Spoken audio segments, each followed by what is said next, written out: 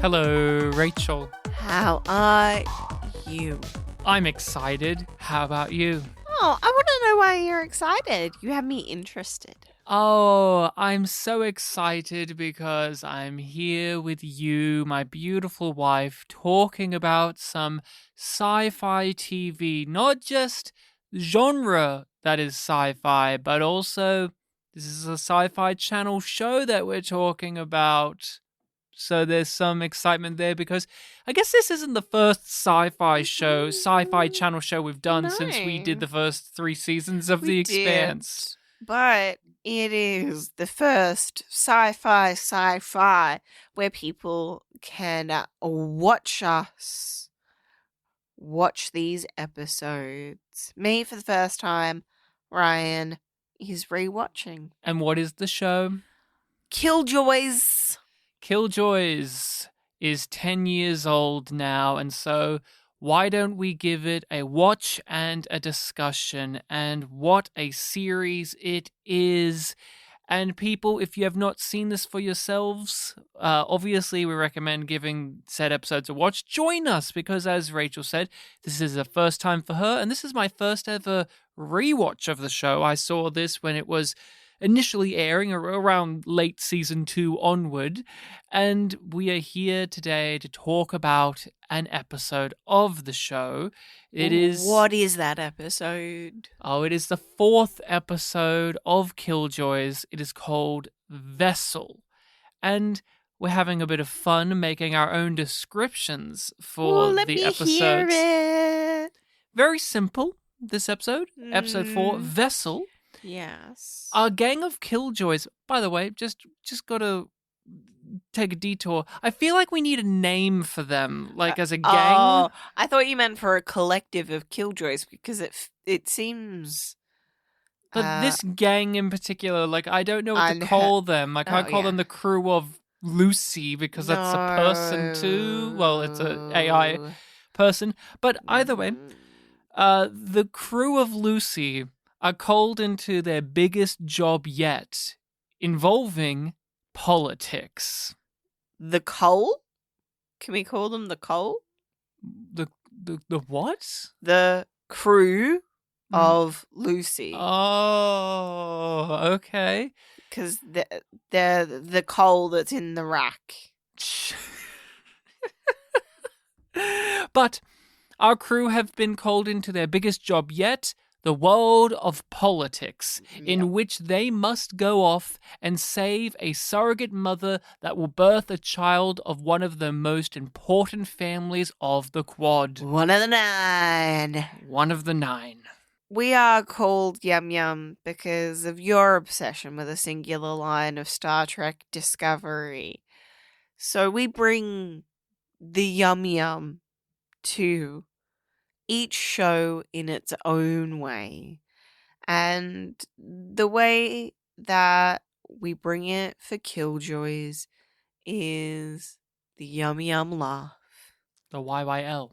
Now, there was a moment that got me so bad that I had to pause it to make sure that I wrote it down in full and correctly. People... But what was yours? It got me. It's the same line. It's the same moment. Of course it is. We both love this line, I think, for different reasonings or different levels of enjoyment from it. Do you want me to say the first part and then you say the second? No, you please say it all because you wrote it all down. We were watching this, and as mentioned, we are recording our reactions, and this was an explosive moment of the episode for us. We had to stop.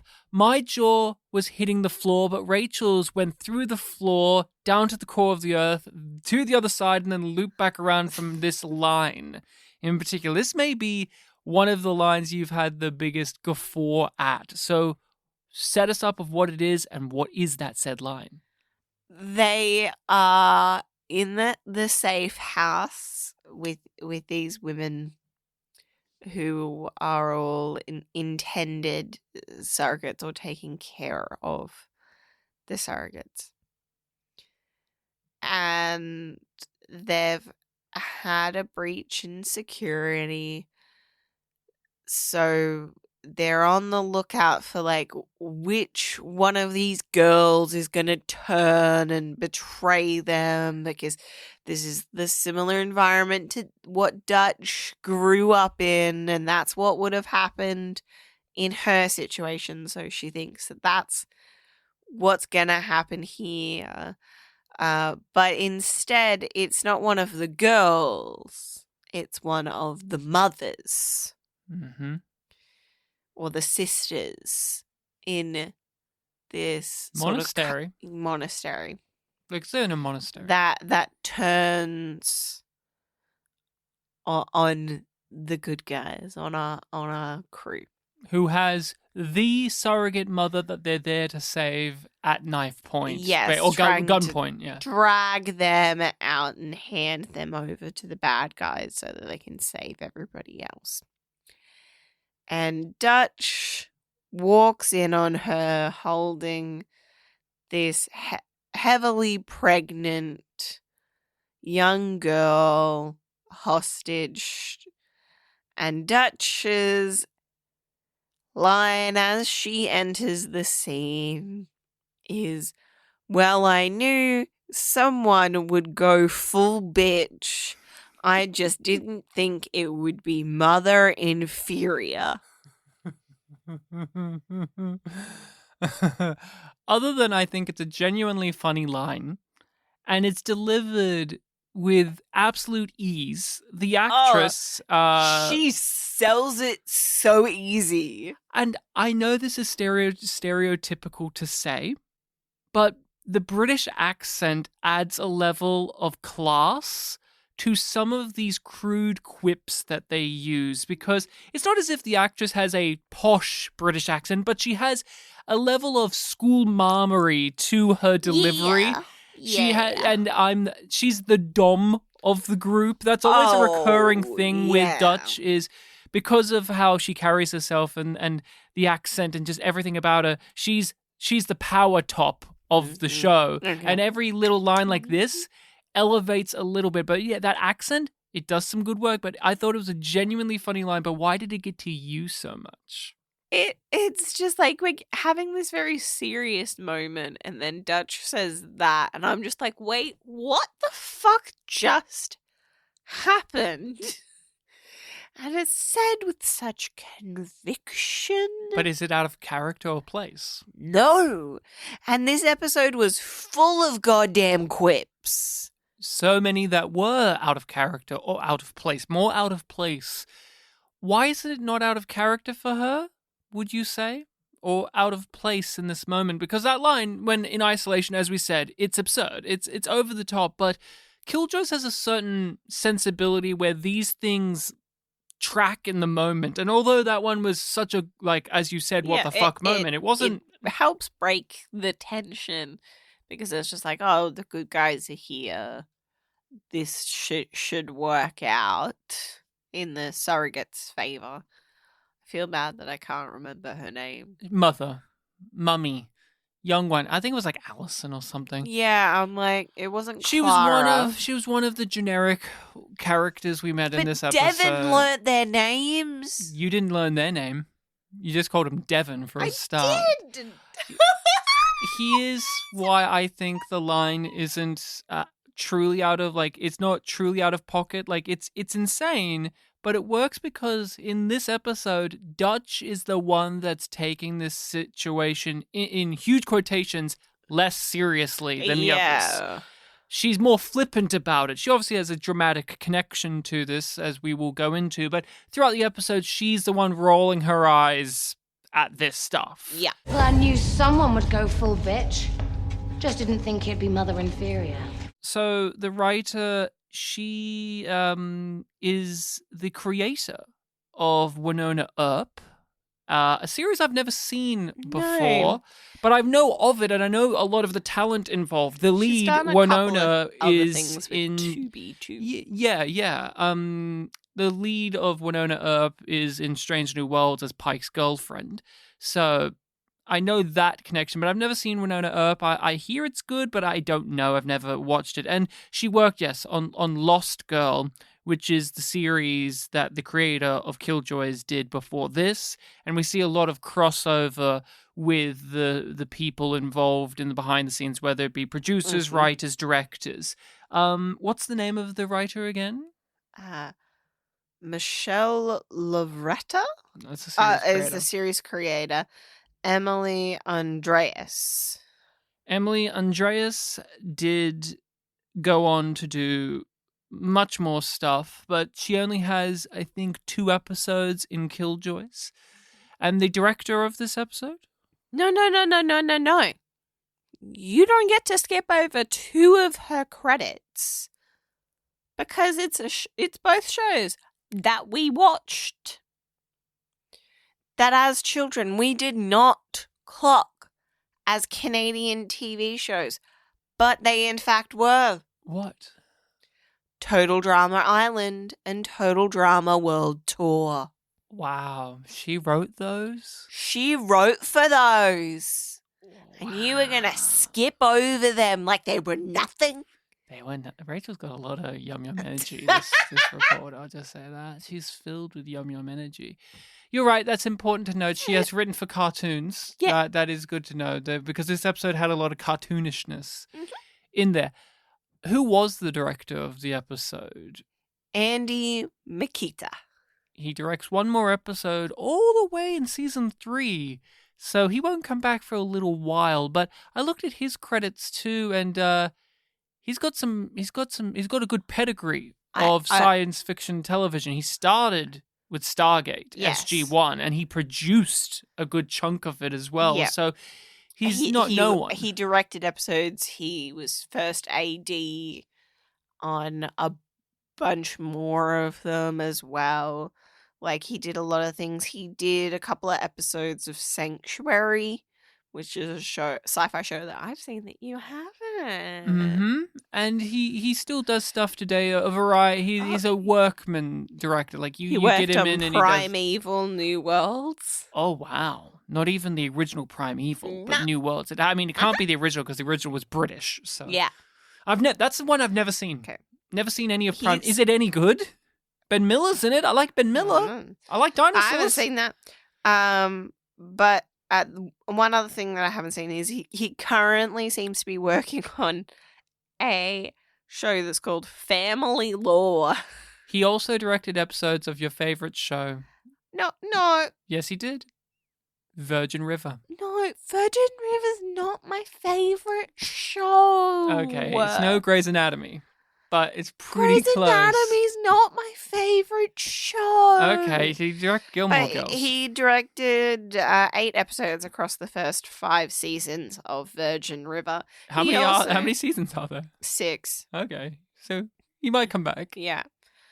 4 episodes of Chesapeake Shores. Your favorite show. Fuck off. And 2 episodes of The Good Witch. If you say that that's my favorite show, I will come over and give you a nut shot. We will put a pin in The Good Witch that will come back in a future discussion. I will come back. Okay. Because it's Rachel's favorite show. Oh no! My nuts! Ah! Not my testes. That's what they're also called. No, I just threw some pistachios at you. What are you fucking talking about? Trying to make me look like a spouse abuser. That's the one thing we wouldn't want you to look like. We've talked around it. Let's talk about it. What did you think of this episode of Killjoys? I think I enjoyed it more than you did. I didn't mind the central plot. It was very straightforward. I like some of the character moments. My biggest gripe with it at the start of this discussion is how overproduced it is. But I want to hear what you thought overall before I tear into the action scenes and the music choices and the editing. This is my least favorite episode we've watched thus far. It's not a complete disaster. What makes it worse is it shows a lot of promise and it has a really good amount of show don't tell things, but it's very sloppy. It goes for the easy things and doesn't earn a lot of them either. And the way I would best describe it is it has a great first act and a good conclusion, but the thing in the middle is almost inconsequential. It's very hackneyed, it's very trite, but that's what's so damning about it is the beginning and end of the episode are way beyond that. They're really stellar things in the first 10 minutes and the last 5 minutes of this episode, but the middle of this episode is very much 0 calories. It's just nothing. I think it has more appeal to me because I was still learning things through that what they were showing me. Whereas it doesn't have that appeal to you since you're rewatching. You know somewhat, I know it's been a long time since you watched it, but you do also have an amazing memory. So you're just oh, that thing, maybe that thing means that thing. Whatever, or that doesn't really make much of a difference. That doesn't shift the needle. Whereas I enjoyed having to see them in action in a new way. Seeing Davin not be in shooty soldier mode. But the problem is we don't see him do anything until we get to that mode. He has an off-screen little bonding with the girls, and it's a joke, so they cover it with it's funny that that's happened, but we don't get anything with him outside of him saying, when can I shoot guns? And then later on he shoots guns. That's where... And I don't want to lock horns too much, but my displeasure isn't necessarily from the rewatch perspective. I guess partially it is, but I think it's more the job itself isn't catering to what I am interested in. The beginning and end tickles things in my brain, and I think the dialogue... I want to get more of that stuff, and then the episode just doesn't do that. Yeah, the dialogue and the characters are sharp. That's for future you, Ryan. And I'm just that's what I expected from this episode. So I wasn't too invested in getting anywhere with all of that.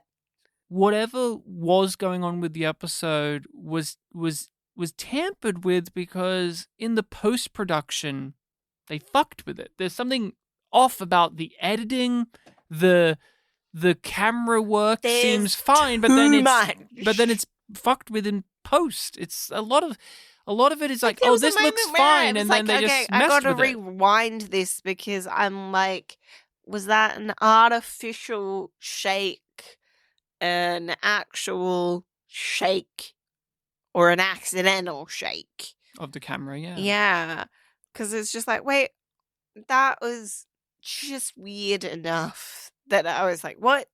Because in that particular scene, it's annoying. It's really annoying that the post-production stuff makes it worse. Because you look at this scene and it's a silhouetted fight scene in a corridor and you're fuck yeah! And then there's random slow-mo and artificially done post-production slow-mo, because we've seen them film with actual with the actual proper camera and lensing. It feels you can tell in certain continuity that they're changing between different takes. Mm-hmm. In these cuts, it's jump cutty. It's adding this artificially done sense of momentum. It's adding, but all of the stuff that it's adding is actually detracting. Sure you can handle your weapons? Please. We're country girls from Leith. We learned how to fire a rifle before we learned to thresh. Okay. Killjoys either lives or dies on how well the music integrates into the show. Now, I will say this. None of the music in this show is my taste. But that does not matter, because if it works, it works. And we have praised when the music has worked. It's very of its time to have the contemporary pop music play as they do kung fu fights. But when they're paired together, they can really hit. This episode, baffling. Some of it is just... They're having a dialogue scene with these pregnant women as they're cocking guns, and there's just this weird techno beat there as the girls are talking about how they're country girls. Hey, we've got guns and we know how to shoot them. And we're like rural country girls, but then it's like electro tech pop. I'm like, that doesn't gel with what we're being shown and told. No, it would be so much fun if they had like a techno cover of a country song. Something. Like, but it's just like, oh, no, it's that. What do you think happened? Because we've had the episodes when it comes to the production be just sufficient. It felt like they should have cut certain scenes or certain beats out, but then that would make the episode too short.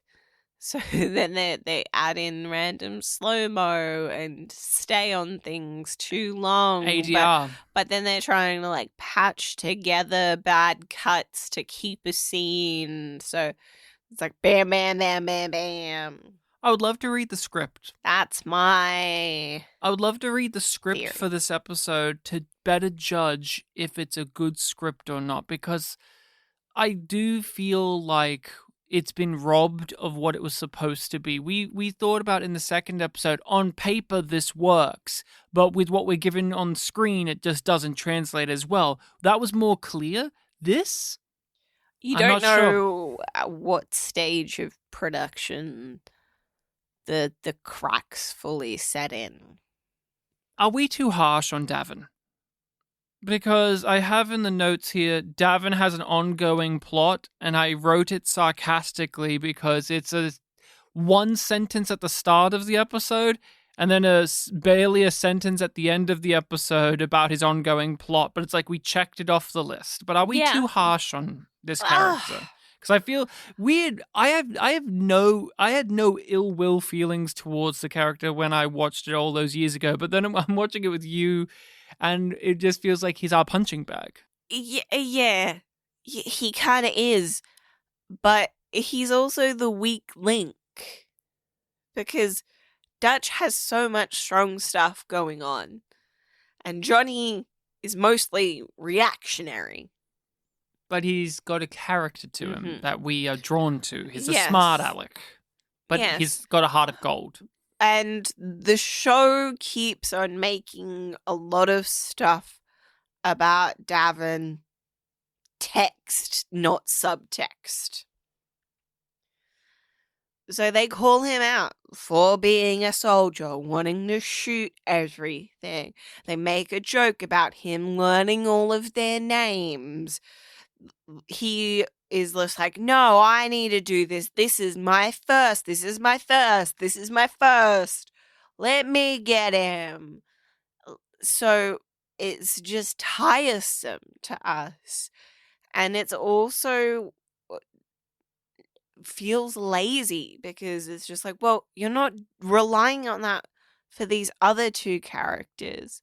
So we're left feeling like it's because there's not as much to Davin as there is to Johnny or Dutch, or at least they are going, okay, we've got a female lead who's a badass.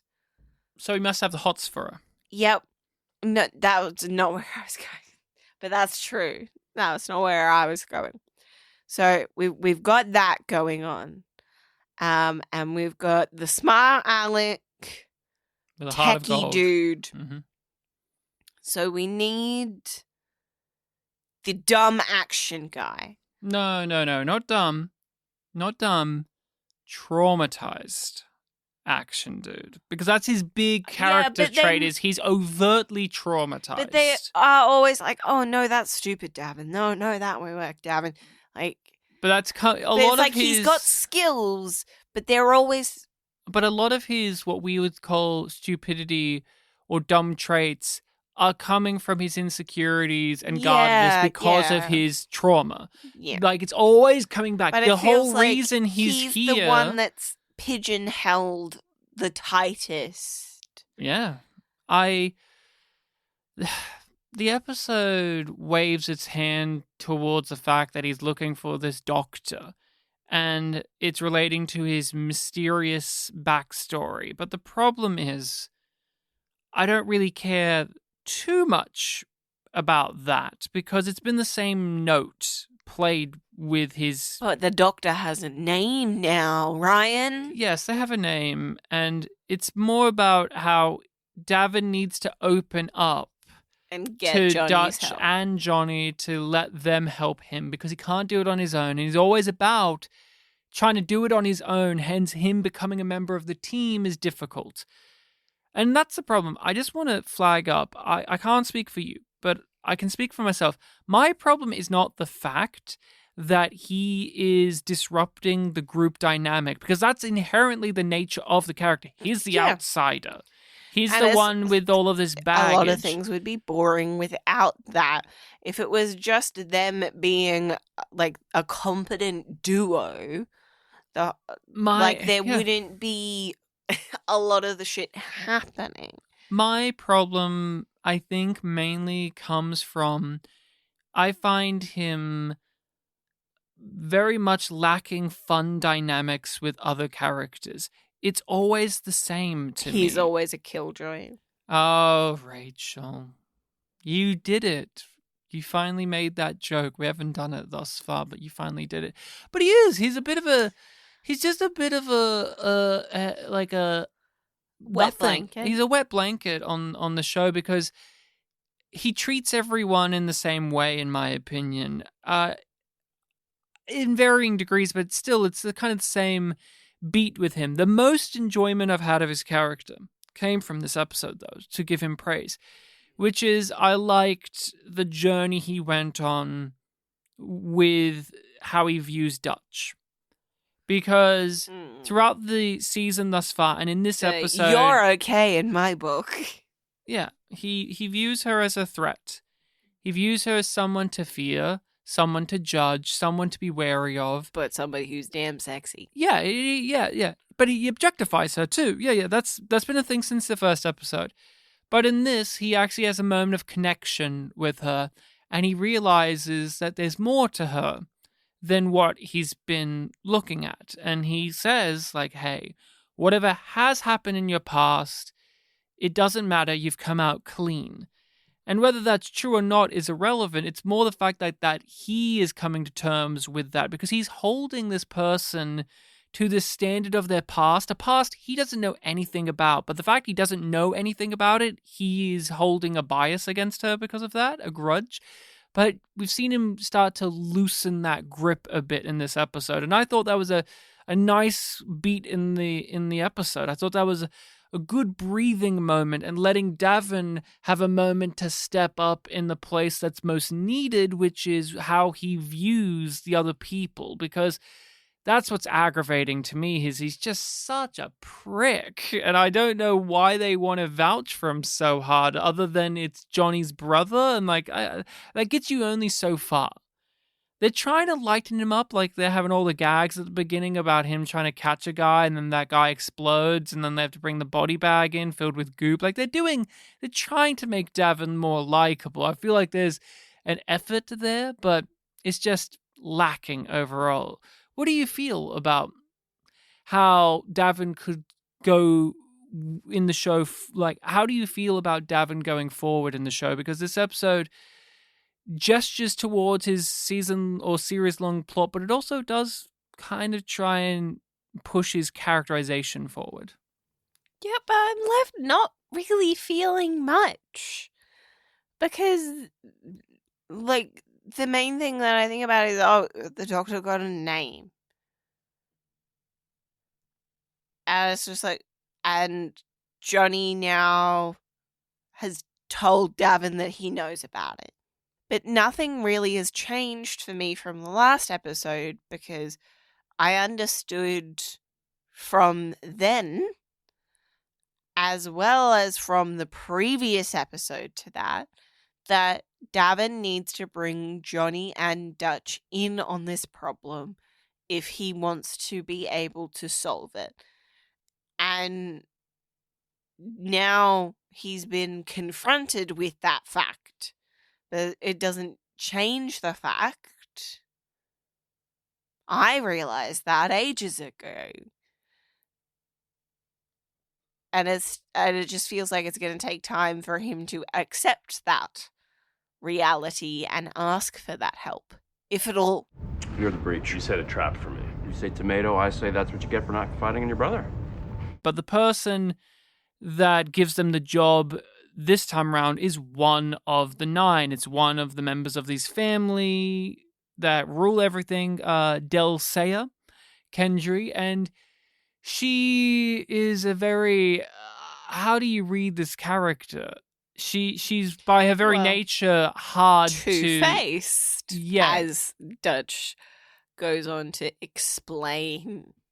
But even then, at the end of that, they're like, do you actually believe that? And which side do you believe of that? They're playing up the fact, like, you want it to be as simple as it's one or the other.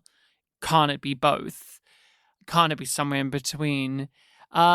She gives them this layout of the land of, we run our world like this, in which we outsource our pregnancies to surrogates because we don't want to ruin our bodies. And it's just easier. And we've instilled this belief upon the paupers that this is an honor and that this is a beautiful thing that they're doing for us.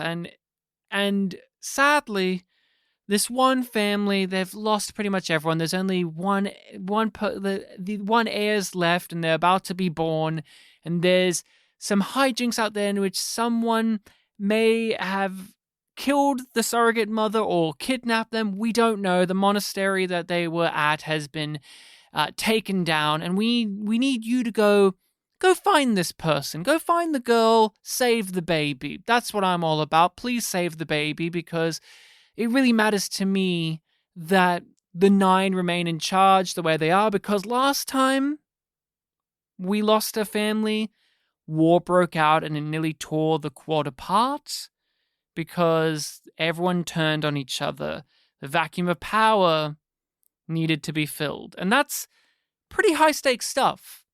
They lay that out nice and neat for you. And I found that very, again, intriguing. I thought that was a great escalation from what we've been given in the last few episodes, as well as what the cold open of this episode was, in which they could barely catch one guy without it being a fucking incident, to now having to make sure that the quad doesn't break out into a civil war of sorts. Yeah, and it's a linchpin moment that is very of this world, right? The idea that these families are just like, oh no. Like, the danger and the aesthetics matter so much. But I also find it interesting that there's this whole collective built around these vessels, and they mention how it's really hard for them to get pregnant. Now, this batch in particular are having a difficult time of it. Now, do you think in retrospect that something was tampered with there, because whoever is behind all of this, whether it is Delsea or someone else, extinguish the line? Do you think that's the case? The episode never says this. It never reflects upon this, but it's one of those things that I can't help but think of because they mentioned that it was difficult. Yes. I wonder if it is something with the procedures got interfered with, or it's just the fact that everybody has trouble conceiving in the quad, and that pregnancy and successful pregnancies, like in terms of having a live birth, are somewhat rare.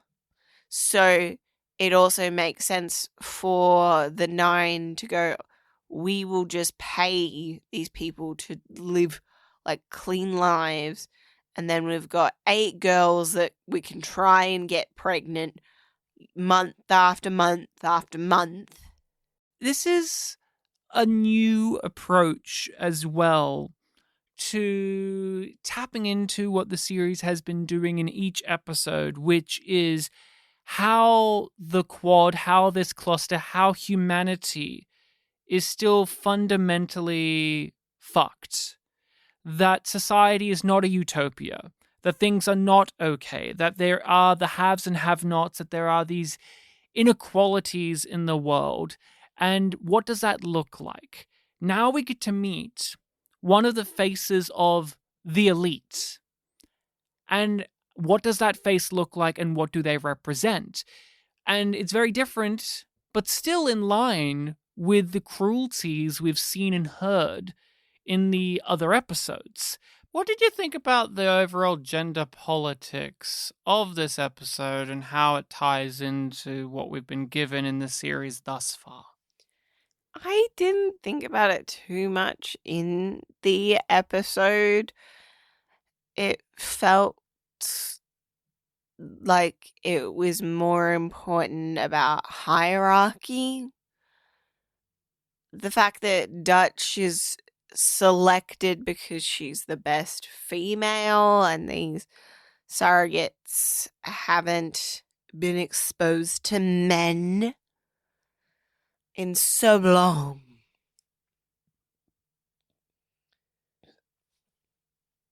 Like, it feels like an extra reason why it has to be Dutch's team that goes on this mission, because there is something appealing about the fact that she tries to say fuck you to the elites and they say, no, you'll do this. And then within it, it's just like, I don't, even though they bring up that Dutch is a woman, I don't think of that as one of her primary traits. But the other characters do. Yeah. That's what I think's fascinating about how this show's handling this stuff, because the episode is revolving around the notion that women are there to be vessels. And we see the characters' reactions to that.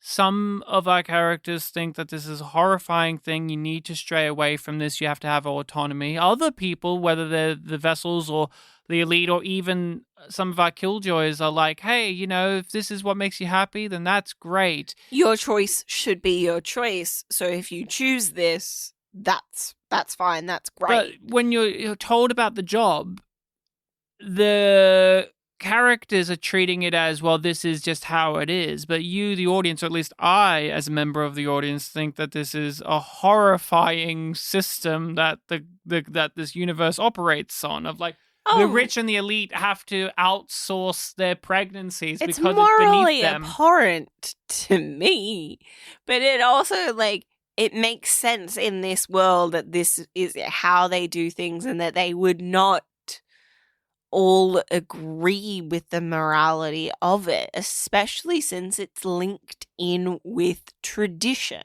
And there is an expectation that Dutch should care about this in a specific way because she is a woman. I did really like the line where Davin's like, maybe you should stay with them. And she's like, what? Because I have tits?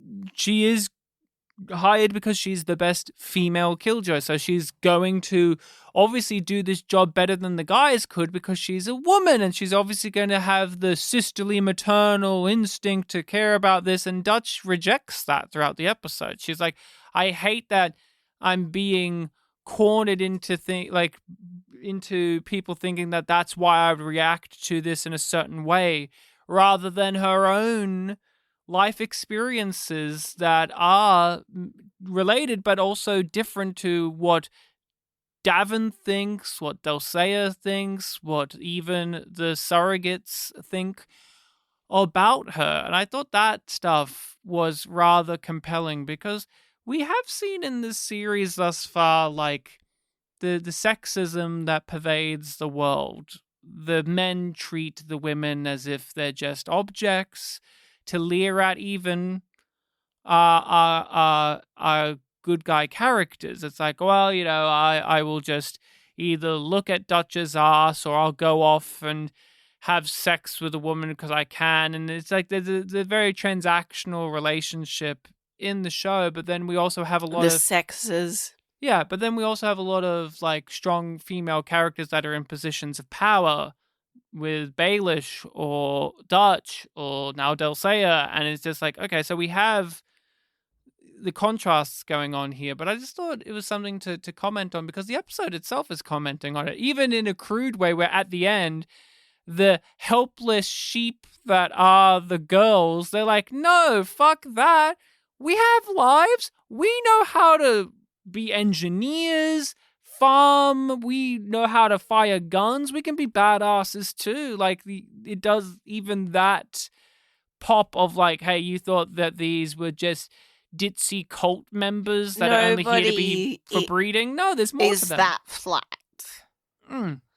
Which is a strength of the show, that even one-off characters have some dimensionality to them. But then it makes it still frustrating, or like with the engineer girl that bonds with Johnny. It feels very transactional of the script for us to have that moment, have that like conversation, have that little bit, and then have her sacrifice herself. It's like as soon as it was like, oh no, I could have been this, I'm like, she's dead. You could have been an engineer. Well, you're going to be dead before this episode's over. And I'm going to be annoyed about it on an extra level because this happened to Johnny last episode and I didn't like it there much either. It was earned there, It was different though. circumstances, but it was earned there. She was a less interesting character in the last episode, but it was narratively more successful. Just promise me you're gonna get these girls back home. No. Jenny, it's not worth it. Of course it is. My sisters. Her sacrifice itself is mystifying.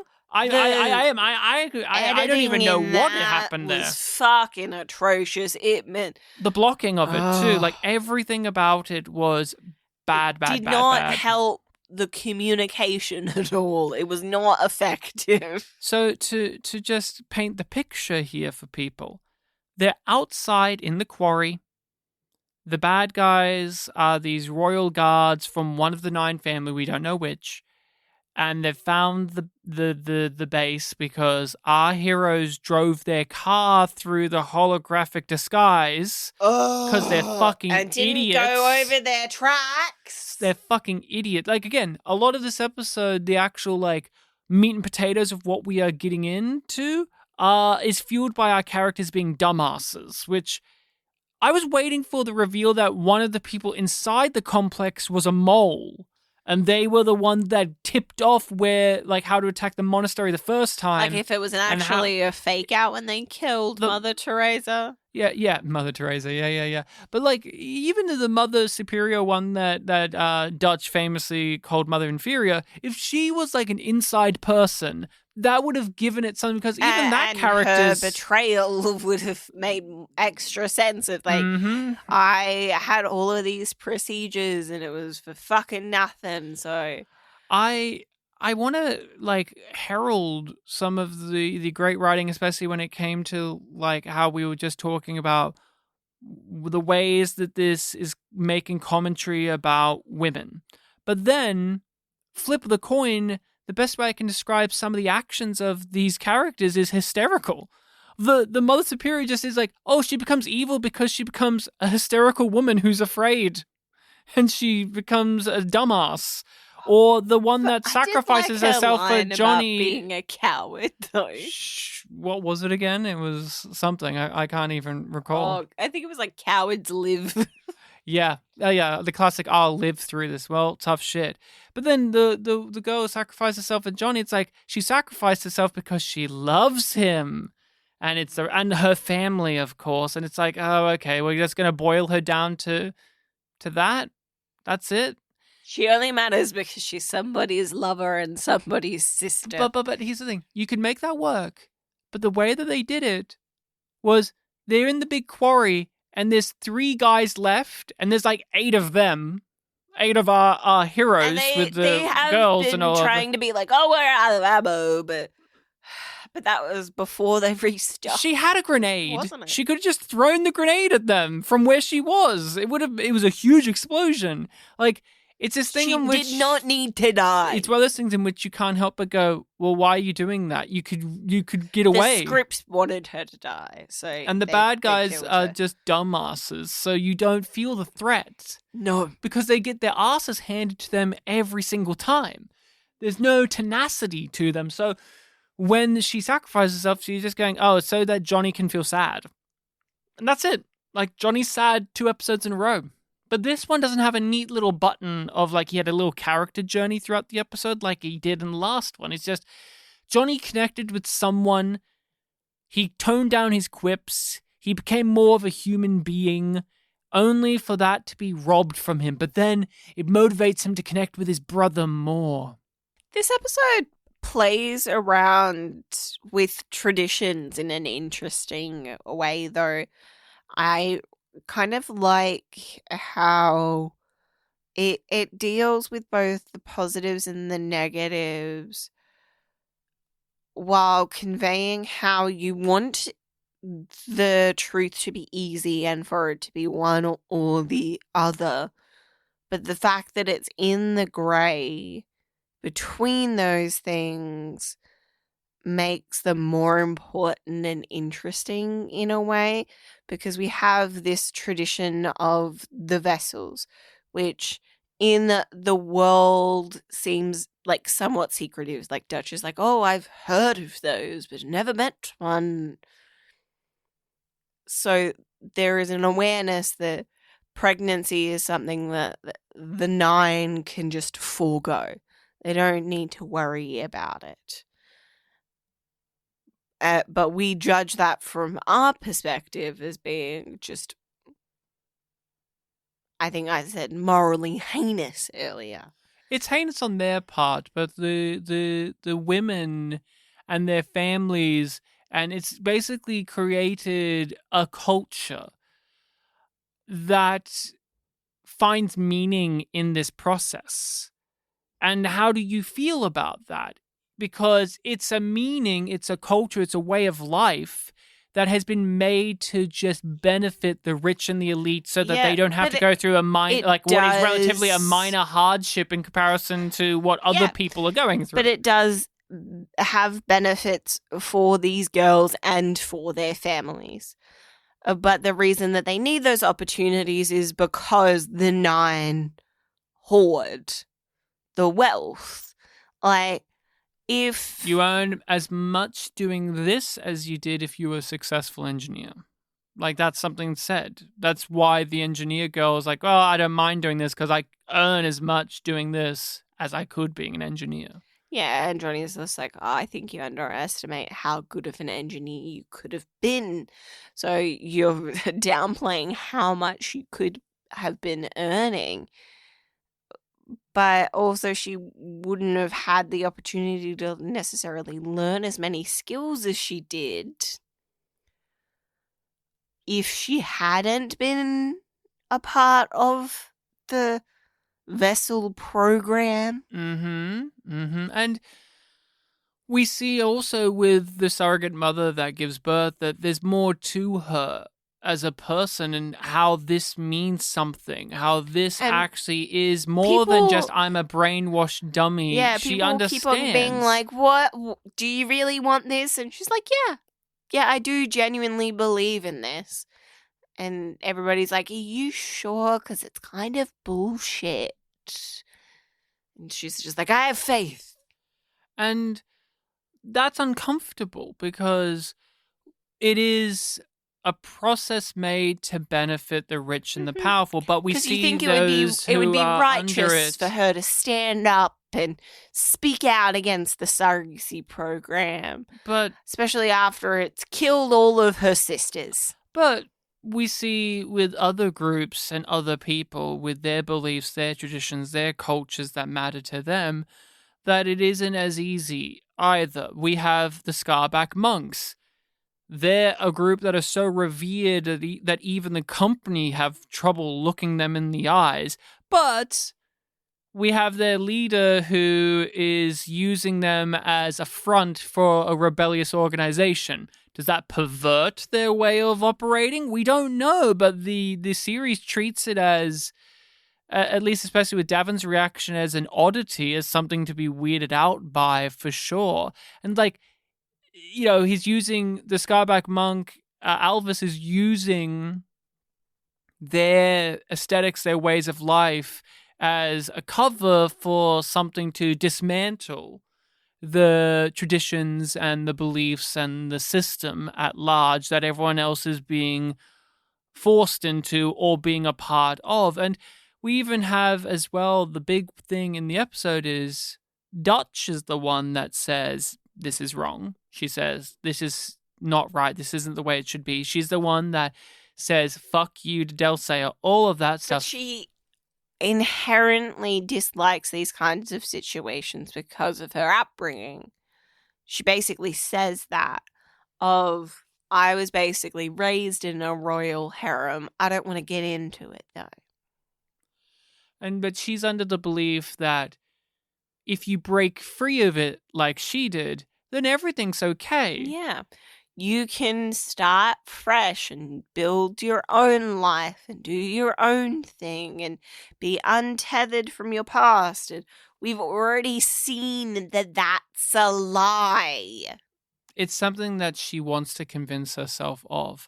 Whether that is confronted directly by an actual ghost of her, like an actual presence from her past, or by how she can't help but lean on the skills, traits, and understandings of that past to be able to keep her life going forward. Also, how she wants to give the surrogate the opportunity to choose, but also doesn't trust her to make her own choice. This is the stuff that really clicks into place with the episode, is it asks these questions, it gives you these pieces, it lets you think about it, it lets you muse on it, and then it doesn't come away with a simple black and white yes or no answer to it. But it doesn't feel heavy or burdened with these themes. Because the mother goes on. She gives birth, she gives the child to the 9, she's going to be a guardian, and it's treated as a positive. And I believe it. I bought into that. I felt that journey by the end of the episode because of how this episode was willing to juggle all of those balls in the air when it came to, do you fight against or for tradition? And the answer is yes. Yes. Yes to both. Like, it does matter. People find meaning in these things, but also that doesn't mean that people should be forced into them either. Like, that's, I think, the real thrust of the episode when it comes to this stuff. Did you buy into that journey, though, about, at least with that specific strand of it, with the surrogates and the mother? Because it does end on a note where it's like, we should be feeling okay with how this ends up. I was just like, okay. Like, I appreciated that at different points, these different people were projecting onto her what they would want to do if they were in her situation. And she makes a choice that makes sense for herself. And we understand that choice, but we can also pity it at the same time. Because it makes sense that that would be her choice. This is what she's known. And she's just lost all of her community. And she doesn't have anything to go back to in her original family. And they would be worse off if she did. I've heard they've asked you to stay on as his nanny. I always hoped they would. He was never really mine, but I hoped I would stay in his life. Teach him about my home. Help raise a Crushy leader who understands Leith. Certainly time. After she's rocked up back on this, was it Delani? Dulcea? Yeah, Dulcea. Dulcea's doorstep on Lucy with a newborn. I do have to sidestep to say, like, that woman had given birth like 2 minutes ago. Like, that afterbirth wouldn't have even been out yet. And Would she she's been walking up and walking around? Yeah, I was going to say, she wouldn't have been up and walking around, right? Yeah, but she Maybe. did have that adrenaline shot. Yeah, So I don't guess. know if that's still... anyway. But Dutch is pissing this powerful woman off, making some enemies, as she does. Publicly as well, like in front of everyone. Mm-hmm. And she quotes something, and the lady of the manor is just like, "Oh, you've read that," like indicating that, oh, maybe you aren't dirt. She tips her hand a yeah. little too much. Now she's got the Yes. full attention of a Yeah. powerful person. And thus, it's almost more dangerous for Dutch that she hasn't just made an enemy, but she's piqued the interest of that enemy in this way, where she wants to uncover Dutch's past. It's like, find out as much about her as you can. Not keep track of her. It's, I want to know where she's been and why she knows this. We had a little tease of this in their first interaction when they were on Lucy, because Dutch has hanging on the wall of the ship this what was it? It was like it was like a harp-looking instrument that is usually for royalty. And she just says, "Oh, it came with the ship. We know that's bullshit. Clearly that's bullshit." But that dissuades for the time being, and then at the end she tips the hand a little too aggressively, and now she's got the ire of one of the most powerful people. And unlike Davin, this is someone who could actually probably find out shit. Because Davin's interested in Dutch's past, but he he's doesn't only have the resources. But he can only especially get if his brother sets up an alert. Yeah, for every time he does a search. Oh god, yeah. But he gets it because he's forming a personal connection with her. She is feeling a little bit more open to discussing these things than she has been with Johnny, from what we get. But Johnny's never wanted to know. Like, that's the difference. He never asked. He never asked. She never told. She never told, which is a perfectly fine dynamic. At the end of the episode, she's confronted with, the powerful has blocked me out. There's nothing I can do. We hear so much about how Dutch doesn't want to cause any trouble. She doesn't want to ruffle any feathers. She'll just do the job as needed, and she will use that as a shield to do stuff. She does that in this episode where it's like, well, the warrant says we have to deliver her, so let's go down. But that's not the reason she's doing this. No. She decides, I'm going to fuck her over. She thinks she can use me. I'm not going to be used. And how do you feel about that coming from the character so overtly? Because this is as we said, a moment that makes powerful enemies. Obviously, her revealing a bit more about her past in the way she does is what really gets Dulcea interested. But that action of, like, I'm going to fly down there and risk all of our lives because I am personally offended and I find this to be reprehensible, is a bit of a step further for Dutch than we've seen from her. She's never been this personally invested, and it's not for the reasons that people thought she would be, but she is.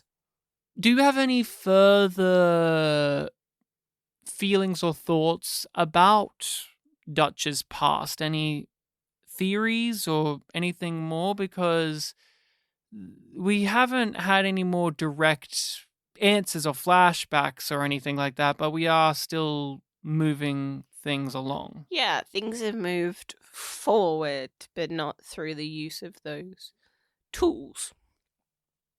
Which I appreciate, that we're getting information in a variety of different ways, and you can imply different things from the bits of information that you do get. Like, there's a lot that you can extrapolate from her saying it was like a royal harem.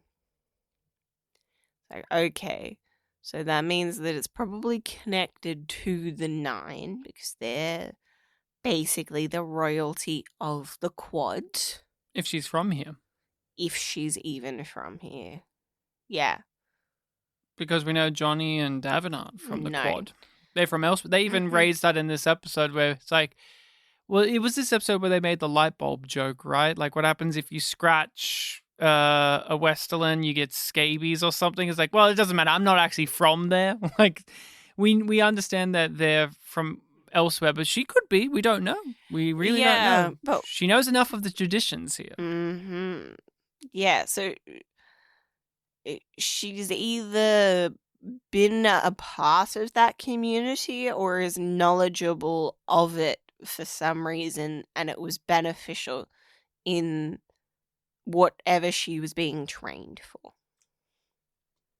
And do you have any opinions on that stuff? Not really, other than I appreciate the way that it's delivered. It doesn't add a whole lot that's different. It's just filling in things. So my feelings haven't changed too much. But what about you? I find it that it draws me in, not because I want to know the answer to what makes her the way she is, what is her past, but I'm drawn to it because it keeps providing us context for what she's about. My favorite thing in the entirety of this episode is the last breath, which is her looking up at that instrument on her wall, on the wall. And that is just such a loaded thing there, because with the pieces that we've been given in the other episodes and what she has been tackling in this episode, it says so much without saying anything aloud. Mm-hmm. Because this is a symbol of and her you past. Get to read into that. Yeah, my read is, this is a symbol of her past. Something that she says in this episode. Something that she didn't want to let go of. But something that she says, oh, if you just cut yourself free, if you rebel, if you run away, you can get away from your past. You can build up your own life. You don't have to be tied to this thing. But then, here it is. On the wall of the ship that she rides around and that she literally runs away in, she has this image, this object, this reminder of where she came from. But her character is about running away from that. But it keeps coming back to her, whether it's through these red boxes, whether it's through Klein himself, or whether it be from her own habits, her own worldviews, her own behavior, the things that she would like to think she's above, but then She's not. She slips back in. Old habits die hard. Here's how it works. Treat people like chattel, make them fight for approval, and they will always turn on one another in the end. You've seen them, they're basically brainwashed. And probably really, really scared. Not everybody is as hard as you, Dutch. This is a very serious question. Was there too many quips in this episode? Oh. They mostly worked. It was extremely quip heavy, but I get why each of them were there. They just didn't seem to think about it holistically.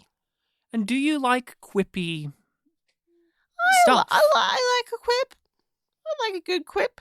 Because I feel nowadays especially, there's an aversion to these jovial pieces of banter, these overt attempt at comedy, the Whedon-esque type dialogue. Yeah. I wouldn't say this is Whedon-esque. Really it's far too tainted lowbrow the for that. world It's to far too quips. lowbrow. Yeah. I just want to say that because we did have a big issue with it when we were watching it because there was just so many of them. So many of them. But I wanted to ask that before we did our rating because it did stick in my craw a bit. But at the same time, I like the sense of tone the show has. And yet I don't like how many quips there are. It's an interesting predicament. It's a yum. You just spent a bunch of time praising it. Why is it still a yum? Because the stuff that I praise isn't enough. I was bored throughout most of the episode, and there's so many things that the episode does that is so cheap. The sacrifices, the turns, there's just things here that don't gel together. And I can't tell if it's just poor writing or if this was a product of something that got whittled down in the editing bay. I don't know. And the fact that I don't know makes it more clearly a yum. What do you rate the episode, Rachel? I think this episode was fine. But it was good enough for me to give it a yum yum. Yum yum. I feel like in hindsight, I might go, oh, I gave that a yum yum. But right now, it's good enough. I do like that Killjoys thus far, even in the episodes that we haven't been big fans of, there is still something to take away from it. I feel like this series has a good balance of episodic and serialized. Like, you could watch this episode on its own and understand it, not be lost. You could garner what they're doing, but if you've watched the previous 3 episodes, there's so much benefit to that. There's so much to benefit from it and to keep you engaged. So that is something there. Mm-hmm. The next episode that we are going to be watching and then talking about is episode 5 of season 1, A Glitch in the System. That's the name of the episode. I really didn't like the last long titled episode. The Sugar Point Run. Yeah. You just wanted them to keep being 1 or 2 word titles? Well, they seem to be better. Well, I don't think it's connected, but we'll see how this episode goes. Everyone, thank you so much for listening along to our wild roller coaster ride. Thank you to those patrons who got to listen to this episode first. We release our content over on Patreon early, as well as access to our full reactions to the episodes and a whole back catalogue of bonus material that doesn't make it to the main feed. So if you have the means to support the podcast, why don't you head on over to Patreon and go to yumyumpodcast, join up, and you get to be a part of our community Discord, and so much other good stuff is going on over on the Patreon. If you want to find us on social media, you can find us under yumyumpod or yumyum podcast. Links provided in the doobly-doo. Wow, grabbing out the doobly-doo. I think somebody's been watching some Green Bros content lately. I am always watching Vlogbrothers. Wow. I watch... Which actor in Killjoys would play a character in a John Green book? Doesn't matter if it's already been made into a film or television. Which actor and what character? It's hard because they're older than... All of the characters that he writes? I think Aaron Ashmore. Now remember, I've never read a John Green book or watched any film adaptation. I've never watched a film. Have I never made you watch any of them? No, and I'm glad to have lived in that world. Okay. But I think Aaron Ashmore, he's got a nice 90s boys charm. I think he should play the friend in Fault in Our Stars. Not the main guy, but don't they have like a friend? Doesn't he have like a buddy that dies? Spoiler alert. Yeah, well, it's about a bunch of kids with cancer. Yeah, but he dies within the narrative during the... Like, I think he would be great in that role. Like, I know, like, imagine young Aaron Ashmore, but like, Aaron Ashmore has that vibe. I think he could do well as the friend. Yeah. Whatever that character's name is. Their Dutch's boss. Yeah. I feel Baelish. like could be the... Oh, what's her fucking name? Alaska. No, not Alaska. No, that's not where I was going. Why am I blanking on the name of this book? It has the movie with Clara Delevingne. Paper Towns. I feel like she could play Clara Delevingne's mum. She's only in like a couple of scenes, I think. But it's just like, from what I remember, it's just like she is kind of bitchy, but she's also like just fed up with her kid. There you go. So, everyone, thank you so much for listening to us now. Fan cast Canadian character actors into... Margot is the character's name. We found out it's Margot. Until next time, everyone, remember that this show has people being kicked in the balls, and I hope that continues on. 3 for 4. Let's see if we get it in the next episode. Who gets kicked in the balls next episode? We will have to find out. Have any of our main characters been kicked in the balls yet? It's been them doing the kicking. They've been doing the kicking. Do you think we'll get a variant of that but happens to a woman? Oh, a cunt punt? Yeah, do you think we get a cunt punt in this show? No, I think they're cowards. You know what? I beg to differ. I think that they are going to cunt punt some woman so hard that she flies into outer space. Yeah, just call it off. And have my tits handed to me by my boss? I don't think so.